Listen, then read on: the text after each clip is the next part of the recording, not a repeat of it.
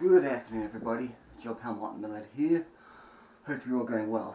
I'm filming this on a new 4K Ultra HD camera I bought off eBay for £14, and so I'm just testing it out. But one thing I need to teach you all is that you can't be vlogging with these types of cases unless you are filming underwater. Do not use these cases for vlogging unless you go underwater, because your camera will just have like rattly sounds and crap audio. This is basically, the only reason you put your camera in this case is if you're going swimming. So let's disregard that. So I'm doing a vlog today about packing for a 1-week trip to West Africa. This is a bag I got off eBay for roughly £50 sterling, 40 litres. It's got a compartment here, 2 side pockets, a compartment in here, a compartment here, and another compartment here. Now, I travel with medicines, electronics, clothes, so I always make sure that my medicines and electronics are able to be in a lockable pouch, because people can get into your bags when you're walking with it on your back. This has happened to me in South Africa, and it could literally just happen anywhere. You always got to, really important to buy a padlock, or even better, these things actually they can be tied up, so it makes the thief take a bit of time to untie it. But safety first, make sure you get a padlock. Okay, so I've got my important documents, like my visas, my flight itineraries, photocopies of passports, photocopies of medical records, in a folder, yes, and it goes in a document compartment with electronics and all, like so. Now my medicines, I bag these up for one case, but because I have aerosol medications, these have to be taken out separately at security checkpoints at airports, because they are considered aerosols. This is a tip for anybody who is an asthmatic and carrying inhalers. They are considered aerosols. Please put them in clear Ziploc bags to avoid any delays at security. So these are all my medicines. I got my letters from my doctor to say what I take. It's all labeled. You're always going to make sure you have your medicines labeled. Apart from medicines, I have here, I keep my doxycycline tablets. Start taking one a day for 2 days after. You start taking these 2 days before you enter a malaria zone, and then you keep taking them for 4 weeks after you leave. So I've got a 1 week in malaria zone. I'll be taking them for a whole month. These are basically enough medications to last me a week. And then also I have hydration tablets. This cost me £6 for a tube, but it's 24 tablets. Well, also, this is the paracetamol. Paracetamol always comes handy when you've got headaches, illnesses, flu, such things. So keep this one compartment. Electronics. I bought this multi-universal adapter. It's got Europe, it's got the United Kingdom, and it's got the United States and Australia.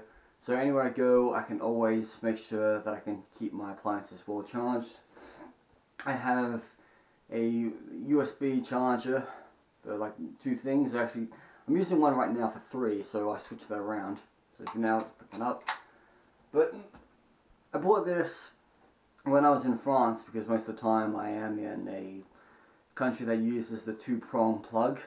So this helps me charge one USB item. Could be my iPhone, could be my camera, whatever. Always keep that with my electronic compartment. And my laptop's over there, so I'm going to stick my laptop in here. It's nice and neat leave with electronics. Okay, and then I use a CD case, not to store CDs, but also to store cables. I have iPhone cables, I've got Android cables that I use to charge my power banks and my and even my camera I'm using. I charge my camera using a cable that's mainly for Android phones. So keep this. So I always keep my memory sticks in here, memory cards. I even keep some passport photographs in here, cables. I like to buy fresh cables for a trip just in case anything happens. But you can always buy like an iPhone cable on the side of a road for $1 in Africa. Just like how you can buy an iPhone cable at a pound shop for £1. So this goes in there. Now I've got my flags of Guyana and Guyana and Ghana. Don't confuse the two. This is South America. This is West Africa. Going to this country. But I like to use Guyana because Ghana was one of my favorite countries in South America, along with Suriname. Keep these on the side pockets. Take two. I was going to put all my socks and underwear in a skinny pair of jeans, but then I realized the jeans I bought in Kazakhstan are way too tight. Gotta get rid of them. Gotta get a new pair of pants. These pants, I can't really keep anything safety because you pickpocket. So what I do is I buy this is a multi-pocket vest, and what I do is I stuff my socks and my underwear in it. And the good thing I love about these vests is that like I can safely secure my valuables to stop pickpockets. And I always wear, depending on the weather, I wear a business coat over this, or if not, this doesn't fit. Like you can keep your wallet in a pocket like here, and then you can keep your iPhone here, and then if you need some like loose change, right here. So all my socks and underwears can go in here. Let's see if I can cram any more in.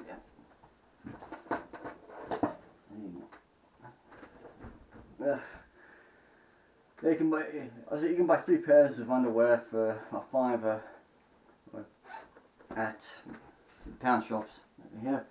Beanie, okay, it's not really cold weather, but this is very useful when you're on planes and you want to sleep. See, it works like a eye shade, and also planes do get like colds. I do happen to warn you all that when you're traveling in tropical countries, the air conditioning on the buses will be sky high. Sometimes it does pay to have, you know, maybe a business jacket, but you're not going to be like wearing it throughout the trip. I remember getting sick in Borneo. I was on a bus for 15 hours and the air conditioning was so blast, and I was even putting on all my like layers of clothing just to avoid them getting hypothermia, and I ended up getting sick a few days later in Borneo. Just something mysterious that was fucking up my trips, so I ended up in Australia. So, got all my socks and underwear in this one vest, fold it up, and it goes in the middle section, one compartment, stuff that down. Okay, what else have I got? I've got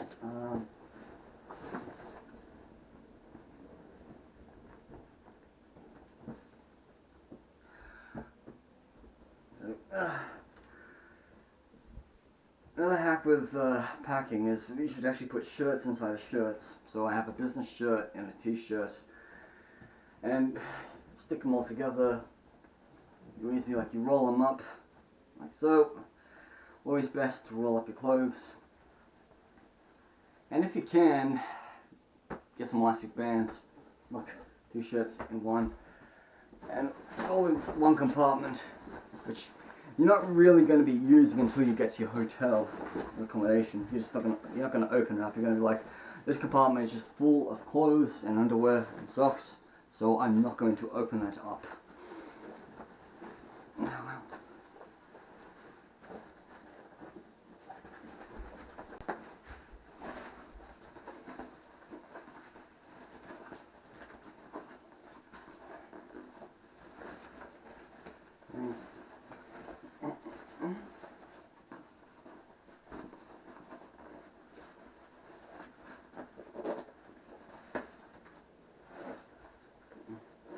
Yeah, just these bags are quite cheap, so zippers can easily break easily, so don't tend to overstuff these pockets. And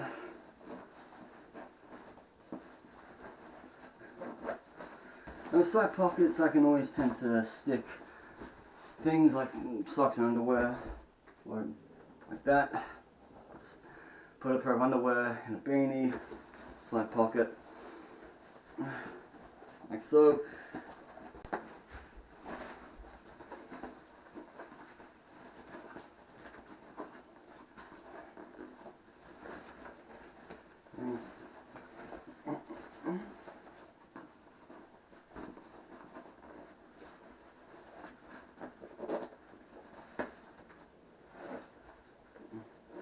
Yeah, just these bags are quite cheap, so zippers can easily break easily, so don't tend to overstuff these pockets.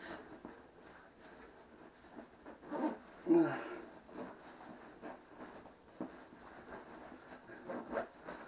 the side pockets I can always tend to stick things like socks and underwear, or like that.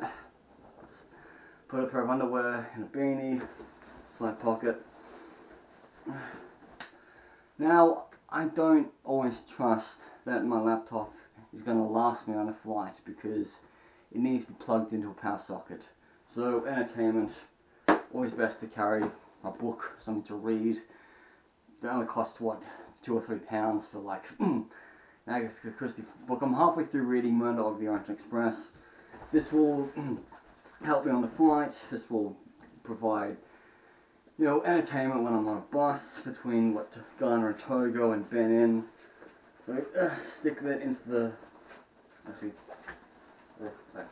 normally I was able to fit it here, but because this is over stuff, I'm gonna stick it with the documents like that.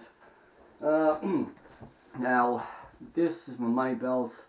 It contains my passports and it contains my cash. Do not ever put your passports in a backpack.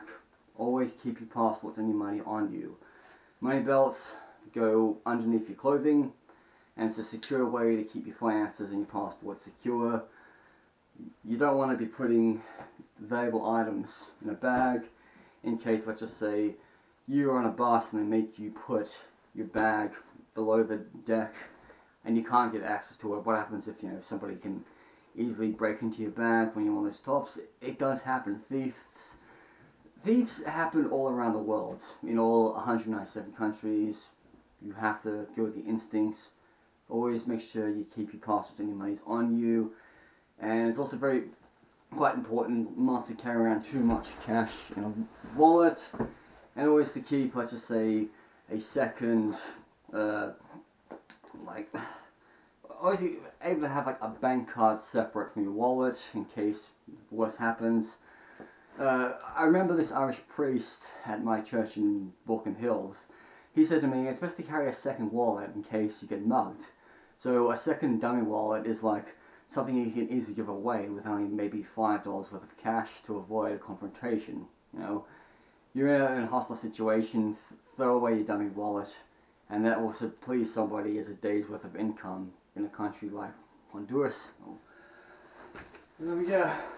And this is my charger for my laptop, because this is a brand new cable. I'm not going to use it till I go abroad. So when I leave for the airport, I unplug this and just take this with me. I left my charger at home this year on my trip to Morocco and Spain, so I couldn't do any editing until I got home.